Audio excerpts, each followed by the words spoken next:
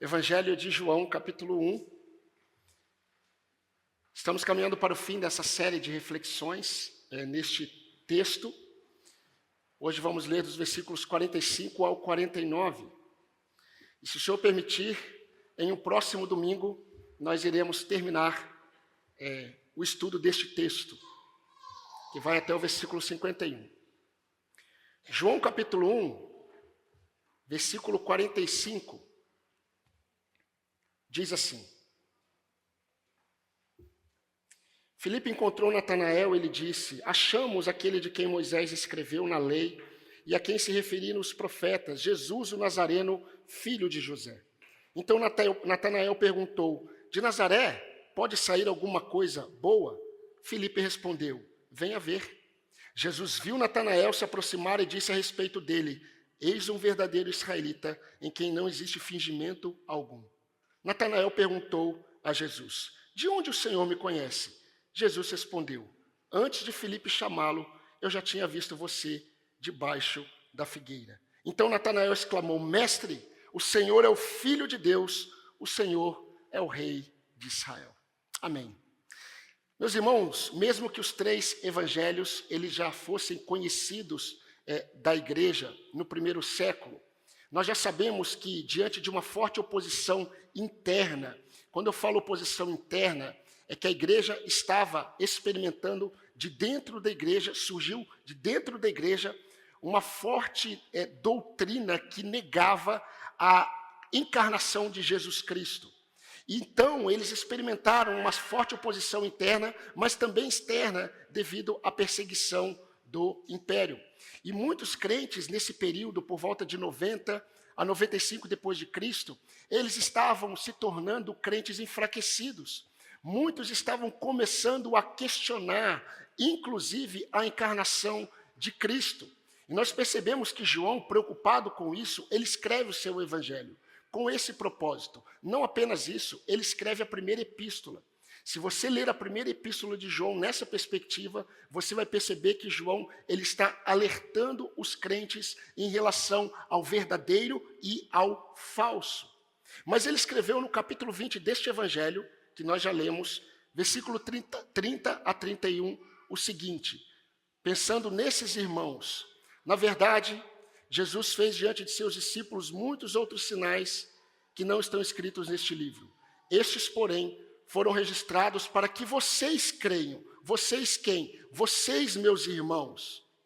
Para que vocês creiam que Jesus é o Cristo, ou seja, para que vocês permaneçam com essa convicção que Jesus é o Cristo, o Filho de Deus, e para que, crendo, vocês tenham vida em seu nome. João não escreve para que pessoas do mundo inteiro lessem. Ele tem um público-alvo, ele está interessado naqueles irmãos enfraquecidos.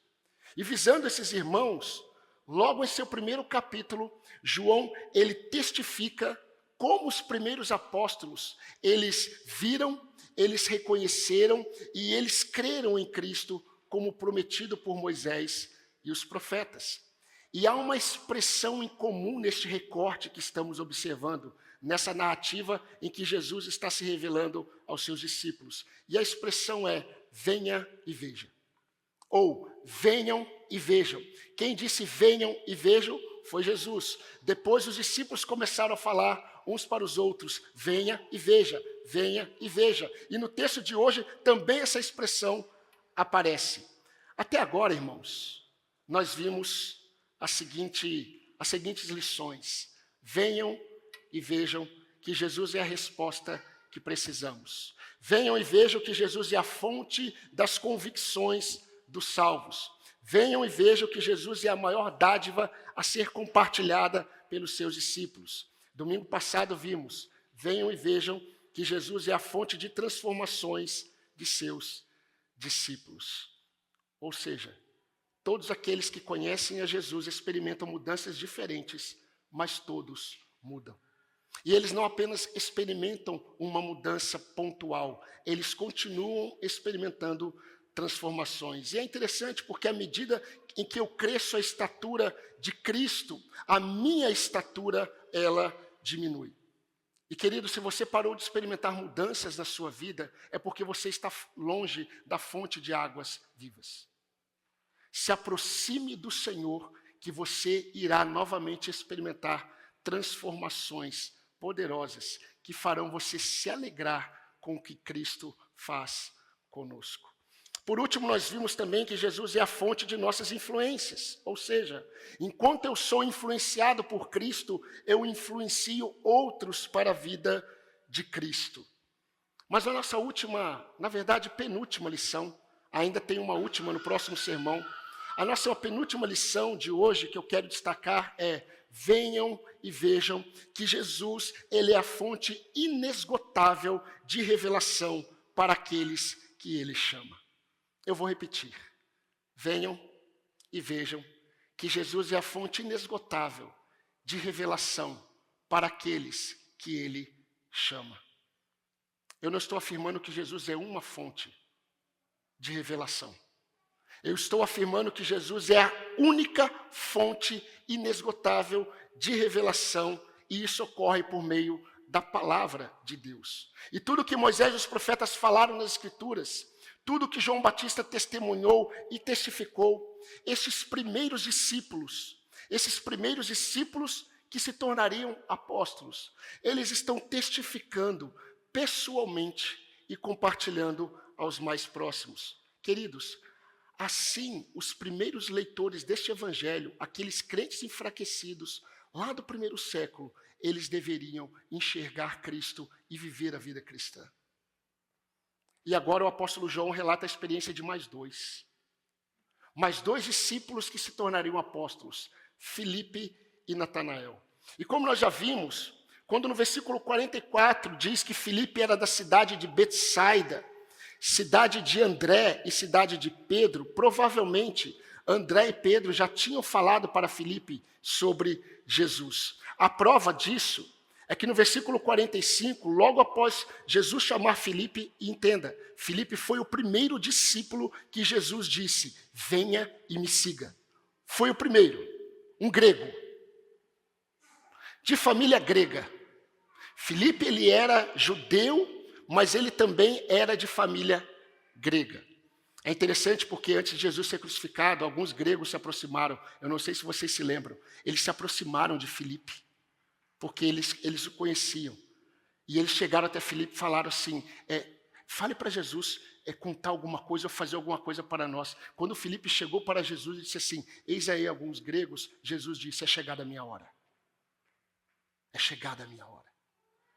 Mas, queridos, quando Filipe chega até Natanael, Filipe diz: achamos o Messias. Ele não diz eu achei. Ele usa o plural, porque ele agora não está mais sozinho. Ele diz: nós achamos. Quem? Primeiro André, depois Pedro e agora eu. Nós achamos o Messias. E ele diz na íntegra, no versículo 45, achamos aquele de quem Moisés escreveu na lei e a quem se referiram os profetas, Jesus o Nazareno, filho de José. Não é interessante que Filipe tem a mesma postura que Jesus teve com André? E a mesma postura que André teve com Pedro? Quando Filipe ele tem consciência de quem é o Cristo, e ele vai até Natanael, ele diz a Natanael: Natanael, venha e veja. Venha e veja. André foi e viu. André foi até Pedro e falou: venha ver. Pedro foi e viu e creu. Pedro e André falaram comigo: eu fui, vi e criei. Agora, Natanael, venha ver. É o que ele está dizendo. E, meus irmãos, é interessante porque quando João ele descreve esta fala de Filipe a Natanael no versículo 45, ele destaca o verbo escrever.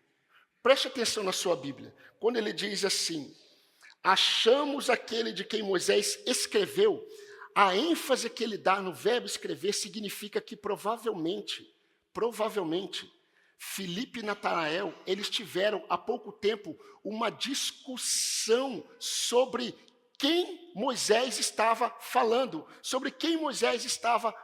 quando apontou para o Messias. Provavelmente, Filipe e Natanael, eles tiveram essa conversa teológica. E de repente faz sentido, porque Filipe chega até Natanael e diz: achamos aquele, ou seja, sabe que nós estávamos conversando? Sabe aquele de quem Moisés falou e os profetas falaram? Nós encontramos ele.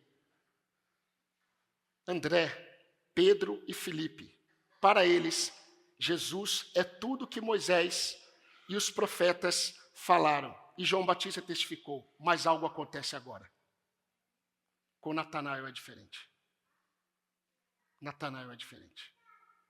Natanael, ele vai experimentar algo que Jesus não fez com os outros. Natanael vai experimentar Jesus se revelando como a fonte de revelação daqueles que são chamados para segui-lo. Ele ainda não seria, mas depois ele seria. E Jesus manifesta essa verdade nesse encontro com Natanael de duas formas, irmãos.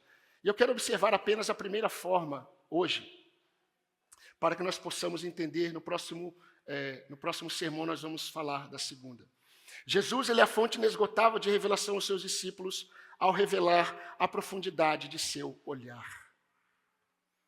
Jesus, ele é a fonte inesgotável de revelação aos seus discípulos ao revelar a profundidade de seu olhar. Nós vamos observar agora os versículos 47 a 49. Mas é interessante porque hoje pela manhã também nós falamos do olhar de Cristo. Nós falamos do olhar do Senhor. Mas hoje nós vamos observar que o olhar de Cristo agora vai se revelar de uma outra forma, não fitando os olhos daquele homem rico, assim como fitou os olhos de Pedro, não, agora vai ser diferente. Mas é interessante como João, ele começa o versículo 26, o versículo 46, ele diz assim, então Natanael. Então Natanael. Por que o então? Filipe acabara de dizer assim, Natanael, nós achamos aquele de quem Moisés falou e os profetas apontaram, Jesus, até aí tudo bem. O Nazareno, problema. Filho de José, um problema maior. Para Natanael. João escreve, então Natanael exclamou. Então Natanael respondeu, Nazaré? A NVT diz exatamente isso. Nazaré? Pode vir alguma coisa boa de Nazaré? Interessante porque essa pergunta de Natanael, ela é irônica. É uma pergunta quase que com desprezo. Porque, meus irmãos, tudo que Filipe disse até agora sobre Jesus perdeu peso.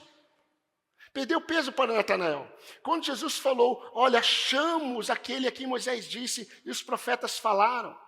Jesus, ok. A partir do momento que ele disse Nazaré, filho de José, Natanael, ele entra quase que numa crise de fé. Porque é contraditório. É contraditório falar em Messias e Nazaré. Porque o Messias, ele não viria de Nazaré. Moisés nunca apontou o Messias falando que ele viria de Nazaré. Os profetas nunca apontaram para o Messias falando que ele viria de Nazaré. A questão é que Jesus não nasceu em Nazaré. Jesus ele foi recém-nascido para Nazaré. Mas todo mundo conhecia Jesus como Nazareno. Jesus nasceu em Belém, cidade de Davi. E depois ele saiu de lá e foi com seus pais para Nazaré. Eu nasci no Rio de Janeiro. Mas eu não sou carioca. Eu vim para cá com 1 ano de idade. Mas se alguém começar a me chamar, lá, o taubatiano, é estranho. Porque eu não me sinto taubatiano. Porque eu nasci no Rio de Janeiro. O fato de eu não ter nenhuma característica com o povo do Rio de Janeiro não significa que eu não tenha nascido lá. Jesus, ele era reconhecido como nazareno, mas ele nasceu em Belém. Assim como os profetas falaram. Mas, queridos, Natanael, que significa um bom nome para os pais, Deus deu. Natanael, ele era diferente de André. Ele era diferente de Pedro. Ele era diferente de Filipe. Quando Natanael, ele ouve de Filipe, venha ver, Ele vai, mas Natanael está cheio de dúvidas, porque como pode o Messias vir de Nazaré? E quando ele vai até Jesus, a Bíblia fala que Jesus diz aos outros. Jesus diz a Pedro, Jesus diz a André e Jesus diz a Filipe: eis um verdadeiro israelita em quem não há vergonha alguma. Eis um verdadeiro israelita em quem não há dolo. Eis um verdadeiro israelita de quem eu não me envergonho. E é interessante, queridos, porque Jesus, ele falou isso no versículo 47, mostra o quanto Natanael, ele era um judeu zeloso. Ele era zeloso no estudo e na prática das Escrituras, mas ele também era um judeu zeloso porque ele entendeu as Escrituras. Ele entendeu que as Escrituras apontavam para o Messias e ele esperava o Messias. E como estudioso das Escrituras, Natanael não encontra sentido. Ele não encontra sentido. Ele provavelmente está confuso. Entretanto, mesmo percebendo o questionamento de Natanael, Filipe respondeu: venha ver. E quando isso acontece, Jesus diz assim: eis um verdadeiro israelita em quem não há vergonha. Natanael, ele olha para Jesus e diz assim: Senhor, de onde o Senhor me conhece? Ele quer saber qual é a fonte de conhecimento dele sobre mim. O que Filipe falou para ele? O que André falou para ele? O que talvez Pedro tenha falado para ele? De onde o Senhor me conhece? Meus irmãos, a resposta de Jesus revelaria algo que mudaria para sempre a vida de Natanael. E é interessante porque a resposta de Jesus revelou a profundidade de seu olhar para aqueles a quem ele deseja se revelar. E agora nós não estamos falando, meus irmãos, daquele olhar, como eu disse hoje pela manhã, que Jesus olhando fitou. Jesus, quando olhou para Pedro um pouco antes, diz que ele fitou Pedro, ele entrou na alma de Pedro, ele foi no profundo, olhos nos olhos, e ele disse: tu és Simão, agora você será Pedro ou Cefas.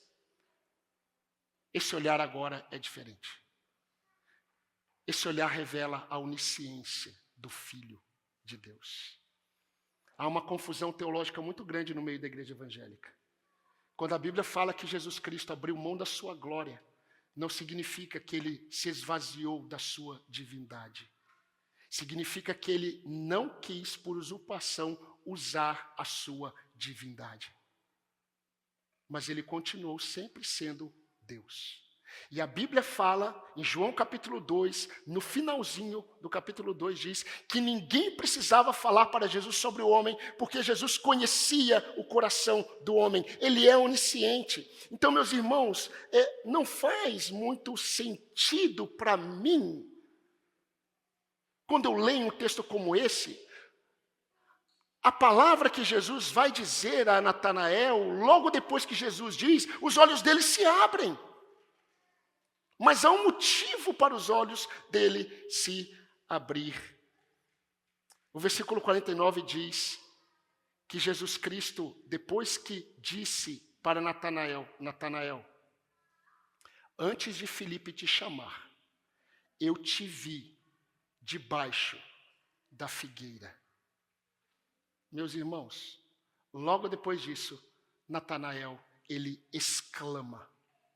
Seria como se ele soltasse um grito, e ele diz exatamente isso: Mestre, o Senhor é o Filho de Deus, o Senhor é o Rei de Israel. Meus irmãos, não é maravilhoso saber que Jesus Cristo, ele conhece os seus antes de chamá-los? Muitos se aproximam de Jesus, ouvem de Jesus, mas com alguns algo poderoso acontece. E isso acontece simplesmente porque Jesus os vê muito antes de seus olhos serem abertos. Paulo escreveu aos Romanos, eu orei hoje no final do culto, aos que de antemão conheceu, a estes predestinou. E a estes que ele predestinou, chamou. E a esses que chamou, glorificou. Nós ainda não alcançamos a glorificação, estamos no processo. Eu acabei de ler Romanos 8, 29 a 30. Em sua oração ao Pai, Jesus disse: Pai, manifestei o teu nome, eu manifestei o teu nome àqueles que do mundo o Senhor me deu. Pai, eram teus, e o Senhor deste a mim. João 6:44. Porém, agora algo muito interessante está chamando a atenção de Natanael. Meus irmãos, e como eu disse, eu não creio que foi apenas o fato de Jesus dizer: eu te vi onde você estava. Eu te vi que você estava debaixo da figueira. Isso não diz muita coisa. Para mim, pelo menos, não. Se Jesus dissesse para mim: eu te vi debaixo da figueira, logo depois eu não falaria: tu és o Cristo por causa disso, tu és o Filho de Deus por causa disso, tu és o Mestre. Não, meus irmãos, há algo a mais. Há algo a mais. O texto não diz, mas é possível deduzir o que aconteceu sem interferir na interpretação correta. Como um israelita em quem não há dolo, motivo de se envergonhar, provavelmente, meus irmãos, Natanael, ele estava debaixo daquela figueira em um momento de devoção a Deus. Alguns historiadores dizem que era comum os rabinos em Israel procurarem figueiras, porque a figueira era representativa. E eles se assentavam embaixo das figueiras para lerem as Escrituras. Isso não tem como confirmar isso. Mas muito provavelmente Natanael estava em seu momento de devoção a Deus. Ele estava lendo sobre o que a lei e os profetas estavam falando sobre o Messias. E meus irmãos, eu até creio que provavelmente Natanael estava fazendo isso logo depois desse debate que ele deve ter tido com Filipe sobre quem Moisés falou, quem os profetas falaram. Ele estava nesse momento, e particularmente eu acredito, irmãos, eu acredito mesmo, que Natanael até estivesse orando a Deus: Senhor, quando o Messias se manifestar, me ajude a vê-lo. E aí, para mim, meus irmãos, faz sentido o que acontece. Sabe quando você, eu não sei você, eu já experimentei isso, eu creio que você também, mas sabe aqueles momentos em que ninguém sabe o que nós falamos para o Senhor? Ninguém sabe o que nós pedimos para o Senhor e, de repente, de uma forma surpreendente, Deus responde à oração feita no silêncio do nosso coração. E não é maravilhoso essa experiência? Eu creio que quando Jesus olhou para Natanael e disse assim: eu te vi debaixo da figueira. Natanael, antes de Filipe te chamar, eu te vi em seu momento de devoção. Eu vi o que você pensava, eu vi o que você dizia, eu vi o que você pedia, eu vi o que você desejava. E aí Natanael, ele descobre para o seu grande espanto que o olhar penetrante de Jesus, ele não é apenas um olhar que olha para o homem e vai no mais profundo da alma. Esse olhar é aquele olhar onisciente. Jesus havia penetrado no santuário das suas devoções íntimas. E aí faz sentido quando Jesus diz: eu te vi lá debaixo da figueira. Natanael, ele fica espantado. E aí ele declara: mestre, tu és o Filho de Deus, tu és o Rei de Israel. Jesus está se revelando como aquele que conhece o coração dos homens, mas João está mostrando Jesus como aquele que tem um olhar que sonda o mais profundo de nossas almas. E há algo a mais que acontece com Natanael que vai ficar para o próximo sermão. Mas Natanael, antes mesmo de Filipe te chamar, eu te vi como ninguém pode ver. Irmãos, mais uma vez nós não podemos negar a intenção de João escrever esse texto e essa experiência de Filipe e Natanael com Jesus. Porque, como eu disse, eles estavam sendo levados a duvidar de que todas as revelações que eles precisavam saber sobre Jesus Cristo como a verdade encarnada, eles estavam sendo levados a questionar essas verdades. Veja o que João escreveu em sua primeira epístola para você ter certeza da preocupação de João com aqueles crentes. Ele escreveu assim, 1 João 5,20: sabemos que o Filho de Deus já veio e nos tem dado entendimento para reconhecermos aquele que é o verdadeiro. E nós estamos naquele que é o verdadeiro, em seu Filho, Jesus Cristo. Este é o verdadeiro Deus e a vida eterna. No capítulo 4, ele tinha dito: quem conhece a Deus, nos ouve. Quem não é de Deus, não nos ouve. Nisto reconhecemos o espírito da verdade e o espírito do erro. 1 João 4, 6. Queridos, Deus sabe como nos encontrar de forma a impactar nossas vidas e a elevar nossos corações, elevar em nossos corações a grandeza de Jesus como Senhor e Rei. O que eu quero afirmar é que Jesus continua nos vendo debaixo da nossa figueira. O olhar de Jesus sobre os seus discípulos é aquele olhar onisciente que continua nos encontrando em nossos momentos que ninguém vê, que ninguém lê, que ninguém ouve, que ninguém conhece. Hebreus 4:13 diz assim: e não há criatura que não seja manifesta na sua presença, pelo contrário, todas as coisas estão descobertas e patentes aos olhos daquele a quem temos de prestar contas. Meus irmãos, assim como Natanael, Jesus, ele sabe quando não o vemos como nós deveríamos ver. Nós deveríamos vê-lo como mestre e Senhor, mas ele sabe que nem sempre nós o vemos assim. E mesmo assim, ele manifesta a verdade sobre ele. Eu vi. Eu vi. Eu quero falar algumas coisas práticas para nós, mas tem a ver com a realidade de Natanael. Entenda como estava o coração de Natanael. Jesus, ele nos vê quando estamos equivocados em nossas interpretações. Você sabia que nós interpretamos de forma equivocada a vida com Deus?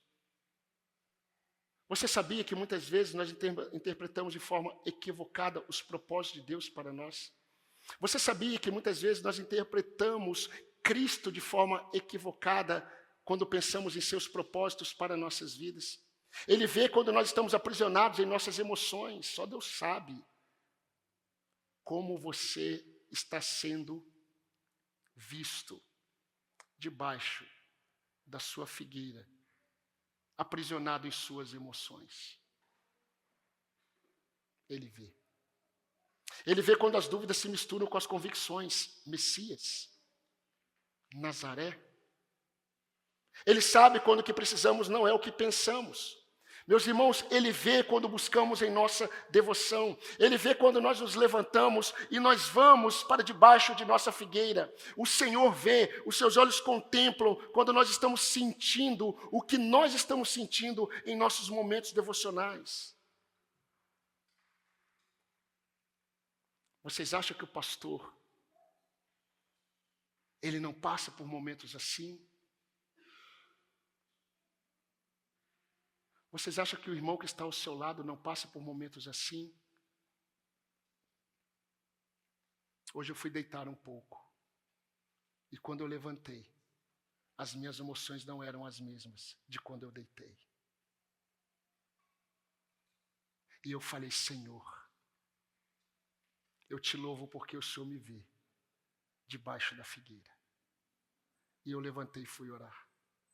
Mas eu já sabia que enquanto eu estava indo para debaixo da minha figueira, que é o sofazinho lá da minha casa, o Senhor me via lá. Ele vê e ouve o que o silêncio do nosso coração fala em secreto. Eu creio que deve ter sido maravilhoso para Natanael ouvir: eu te vi debaixo da figueira. Mestre, tu és não apenas mestre, tu és o Filho de Deus, tu és o Cristo, tu és, porque o que o Senhor viu ninguém vê, o que o Senhor ouviu ninguém ouve, o que o Senhor percebeu ninguém percebe. Então, meus irmãos, isso nos leva a alguns posicionamentos de fé. Saber disso nos leva a alguns posicionamentos de fé. E quando eu falo posicionamentos de fé, eu estou falando que nós devemos crer a ponto de mudarmos a forma de ver o Senhor. Nós cantamos até agora, adoramos a Deus. E como é bom louvar ao Senhor. Mas muitas vezes nós não estamos enxergando o Senhor como nós deveríamos. Então eu gostaria de deixar pelo menos 3 posicionamentos de fé que eu creio que o Senhor deseja de nós. Primeiro, não despreze, meu irmão, minha irmã, a profundidade do olhar do Senhor sobre a sua vida. Não despreze a profundidade do olhar do Senhor sobre a sua vida. Muitos crentes dizem assim, Deus vê, isso deveria produzir temor. Só Deus sabe, isso deveria produzir temor, mas também deveria produzir alento, descanso, refrigério. Você precisa crer, eu preciso crer. Eu não posso desprezar, e nem você, a profundidade do olhar do Senhor sobre a sua vida. Quando você vai para o seu quarto falar com Deus.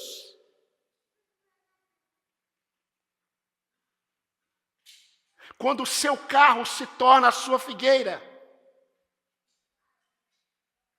Quando a sua cozinha, minha irmã, se torna a sua figueira. Quando aquele momento lá sozinho é o momento em que você vai falar com o seu Deus. Não despreze a profundidade do olhar do Senhor nesses momentos. Quando você se afasta da multidão, mesmo que seja aquela pequena, sua família, para ter um momento com Deus. Eu ouço tantos irmãos dizendo, pastor, quando eu vou trabalhar, eu entro no meu carro. Eu sei, é a sua figueira. O Senhor te vê lá. Ele vê. O seu olhar onisciente é profundo. Mas eu creio, meus irmãos, e isso foi muito impactante para mim, e eu espero que para você também. Como é bom saber essa verdade que a gente sabe, mas muitas vezes a gente se esquece. O Senhor me vê. O Senhor sabe o que eu estou sentindo. O Senhor sabe o que eu estou falando. O Senhor sabe os meus questionamentos. O Senhor sabe de fato do que eu preciso. Salmo 34:15 é um salmo de Davi que você deve memorizar. Os olhos do Senhor repousam sobre os justos. Os olhos repousam sobre os justos. E os seus ouvidos estão atentos ao seu clamor. Não há uma oração feita por um crente que Deus não ouça. Não há um passo dado pelo crente que Deus não veja. Mas a questão aqui, o foco aqui, é para aquele momento de devoção. Seu momento de devoção ao Senhor. O Senhor vê.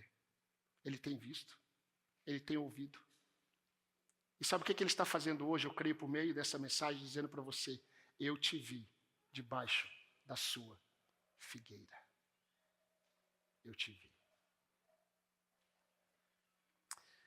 Segunda diretriz, posicionamento prático. Confie no olhar cirúrgico do Senhor quando Ele nos vê. Confie no olhar cirúrgico do Senhor quando Ele nos vê. Ele conhece as nossas expectativas em relação a Ele.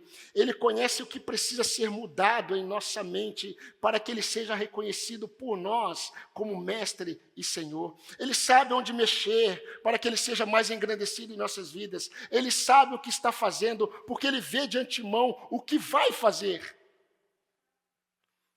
Nenhum cirúrgico vai para a sala de cirurgia sem conhecer o seu paciente que ele irá operar e sem saber o que ele tem. A grande questão é que quando nós falamos sobre o Senhor, não há risco. O olhar do Senhor é cirúrgico. Ele sabe o que está, Ele sabe o que precisa ser removido, Ele sabe o que precisa ser tratado. Mas eu creio que talvez você tenha se esquecido disso. E por isso que a nossa fé ela fica tão abalada. Confie no olhar cirúrgico do Senhor. Não há possibilidades de riscos de que algo dê errado. Ele sabe o que está fazendo. Ele sabe. Ele sabe o que está fazendo porque Ele sabe o que está vendo. Apenas, irmão, confie. Confie. Terceira e última lição. Posicionamento de fé.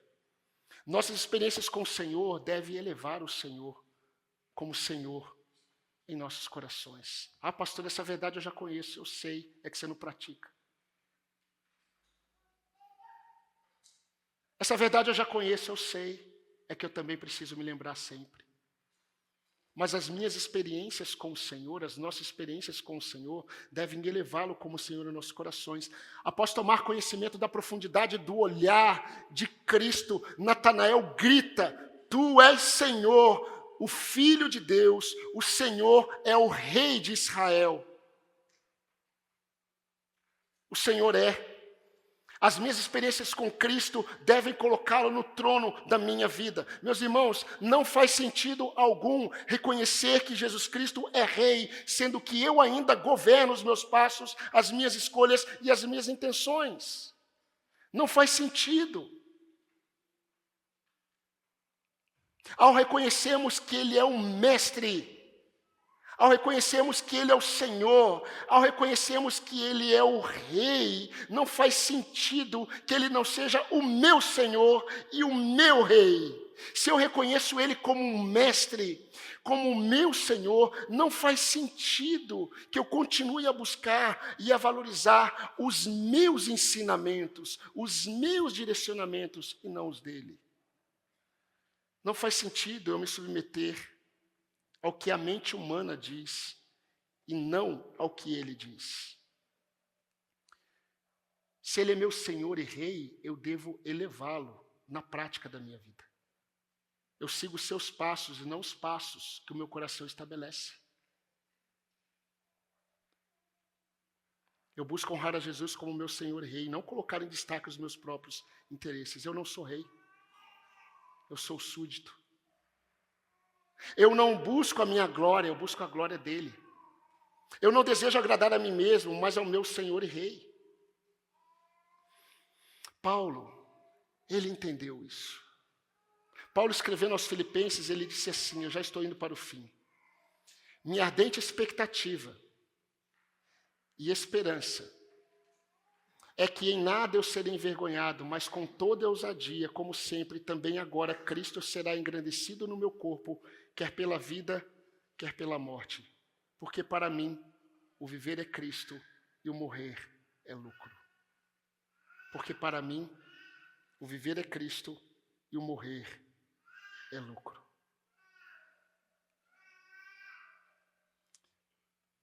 Eu estava conversando domingo passado com alguns irmãos, e durante a semana eu converso com outros. E às vezes eu pergunto, mas assim, não para desanimar o irmão ou qualquer coisa, apenas para levar a reflexão. Eu pergunto assim: o que eu preguei domingo? É impressionante como nós nos esquecemos, ainda no domingo, o que nós ouvimos no domingo. E quando isso acontece, o meu coração ele é tomado de tristeza. Mas ao mesmo tempo o Senhor me redireciona para Ele e diz assim: eu faço o que apraz a mim. A minha palavra não volta vazia. Porque o diabo começa a colocar algumas coisas no meu coração do tipo: por que pregar? Por que estudar tanto a Bíblia? Por que expor a palavra de Deus, sendo que eles vão ouvir e vão se esquecer? Não tem a ver comigo. Tem a ver com o Espírito Santo de Deus. Mas o que eu estou querendo afirmar é: não despreze a revelação do Senhor. Se você tem recebido o entendimento que Ele é Senhor e Rei, lute todos os dias para que isso seja coerente na sua vida. O Senhor, que é a fonte de revelação dos seus discípulos, Ele continua se revelando a nós como aquele que vê, aquele que sonda, aquele que conhece. E eu espero, meus irmãos, que nesta noite a profundidade do olhar de Cristo sobre nós, a profundidade do olhar de Cristo ao sondar o seu coração, o mais profundo do seu coração, eleve Jesus como Senhor e Rei da sua vida. Todos os dias dessa semana, todos os dias de sua vida. Esse tem sido o alvo da minha vida, ser coerente com o que eu prego. O alvo da sua vida deve ser coerente com o que você ouve e crê. Quando no seu coração você diz amém, esse amém é visto pelo seu Senhor, Salvador e Rei. Que Deus abençoe sua vida. Mas confie que Ele te vê. Confie que Ele sabe. Confie, na verdade, que Ele age. Mas isso deve elevá-lo na sua vida. Vamos orar. Vamos orar ao Senhor.